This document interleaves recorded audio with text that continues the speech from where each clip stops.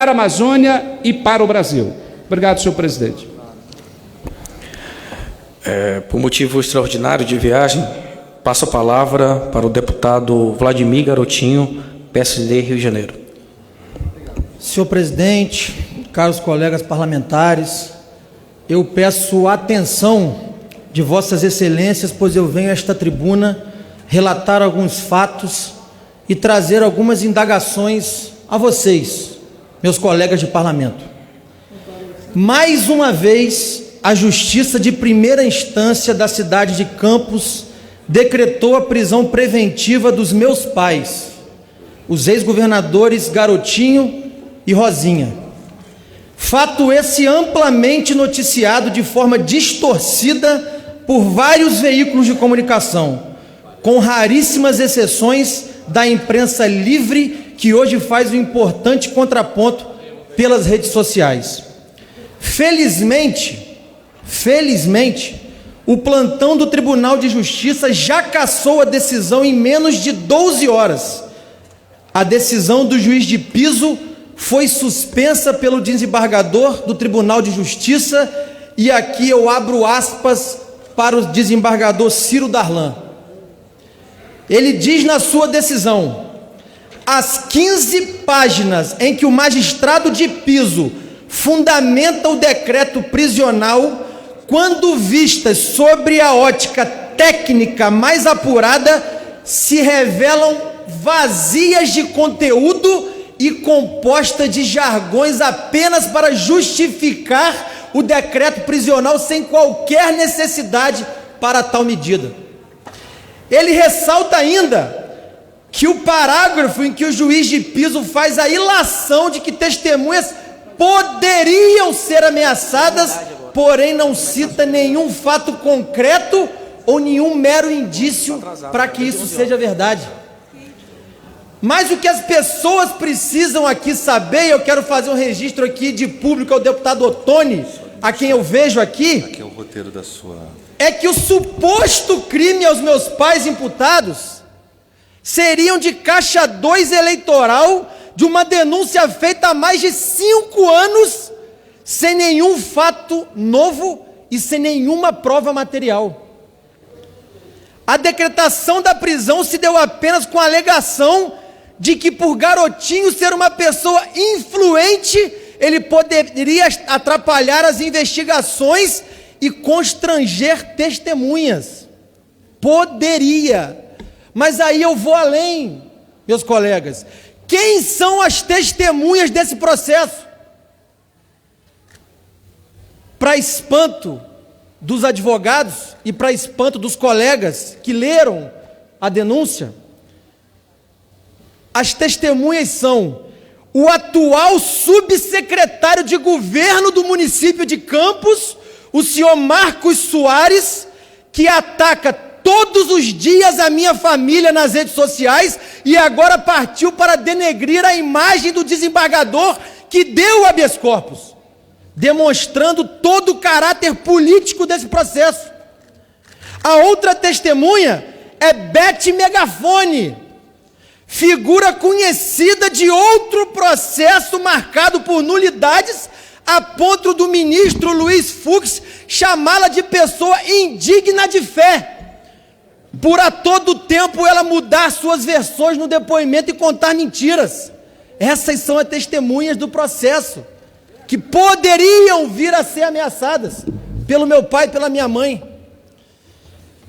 Mas o que vocês também precisam saber é que parte da imprensa vem falando em superfaturamento na construção de moradias populares, Ottoni.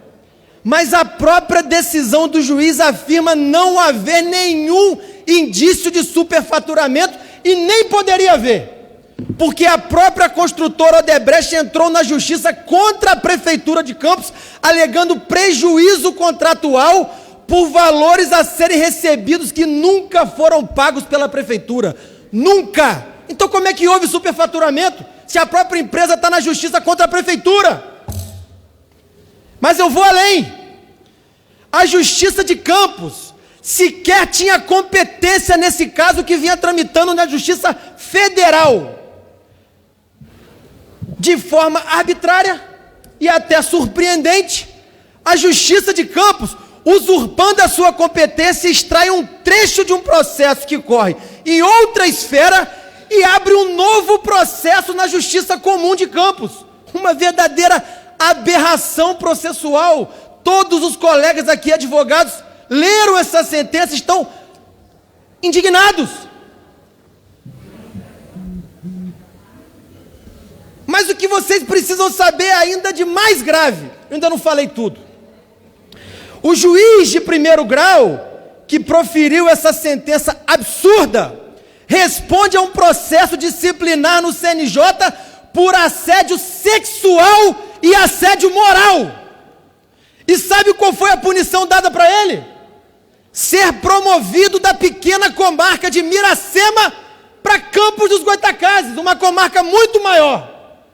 Parece que foi para lá para cumprir uma missão, Otônio.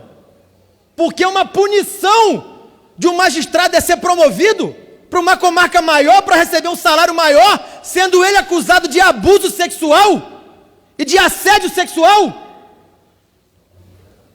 O que vocês também precisam saber é que um dos promotores que assinou o pedido de prisão contra os meus pais intimidou uma pessoa de quem ele colhia depoimento, dizendo o seguinte: é melhor você dizer o que eu preciso ouvir. Saindo daqui, eu vou colocar uma bermuda, um tênis e vou para casa. Você pode não ter a mesma sorte. Ele disse ainda: você dizendo o que eu quero ou não, nós vamos dar um jeito de prender ele.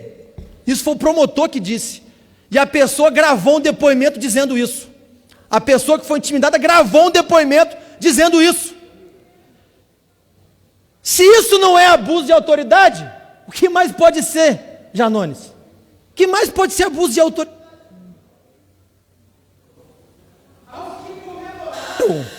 Ou fizeram piadas de mau gosto, saibam que hoje foi com os meus pais, amanhã pode ser com qualquer um de vocês. Qualquer cidadão desse país está ficando à mercê da simpatia ou da antipatia dos maus agentes da lei.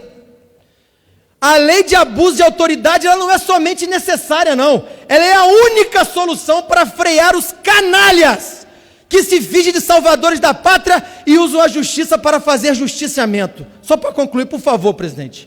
Já não é de hoje que um grupo da justiça local de Campos vem perseguindo a minha família. Não é de hoje que somos sujeitos a todo tipo de humilhação por um grupo que, por interesses políticos e financeiros, tenta a todo custo destruir a minha família e a honra dos meus pais. Até quando, Otônio? Até quando?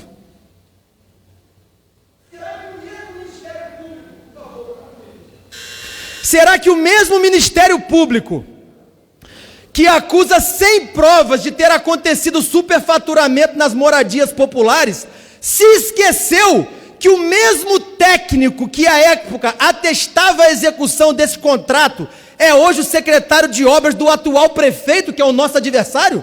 Será que eles não enxergaram isso? Será que é apenas um detalhe? Por que será que o secretário não foi citado se era ele que atestava o possível superfaturamento?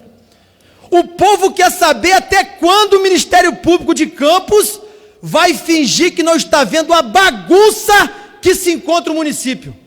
Quando que o Ministério Público vai ouvir e aceitar as denúncias de fraude, de desvio de dinheiro e de acordos escusos? Para concluir. O povo de Campos sofre sem saber a quem recorrer. E misteriosamente, no auge de uma crise na saúde do município, Só espera.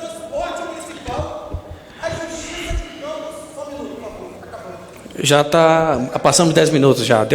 O recado foi muito bem dado, deputado. Vamos começar, solenidade. Por favor, esse assunto é muito grave. Aonde estão o Ministério Público? Onde estão vocês que não enxergam a roubalheira escancarada e o sofrimento do povo, que hoje repete por toda a cidade, Otônio? Eu era feliz e não sabia, que saudade de Rosinha. O prefeito está matando o povo e o Ministério Público não abre o olho para nada. Vem fazer denúncia de 5 anos atrás sem prova nenhuma. Nenhuma. O senhor me desculpa aqui, presidente, mas é porque além de parlamentar eu sou filho. Os meus pais pagam um preço muito alto porque têm vida simples. Eles não se enriqueceram e não se misturaram no mar de lama pelo que passou o Rio de Janeiro, muito pelo contrário.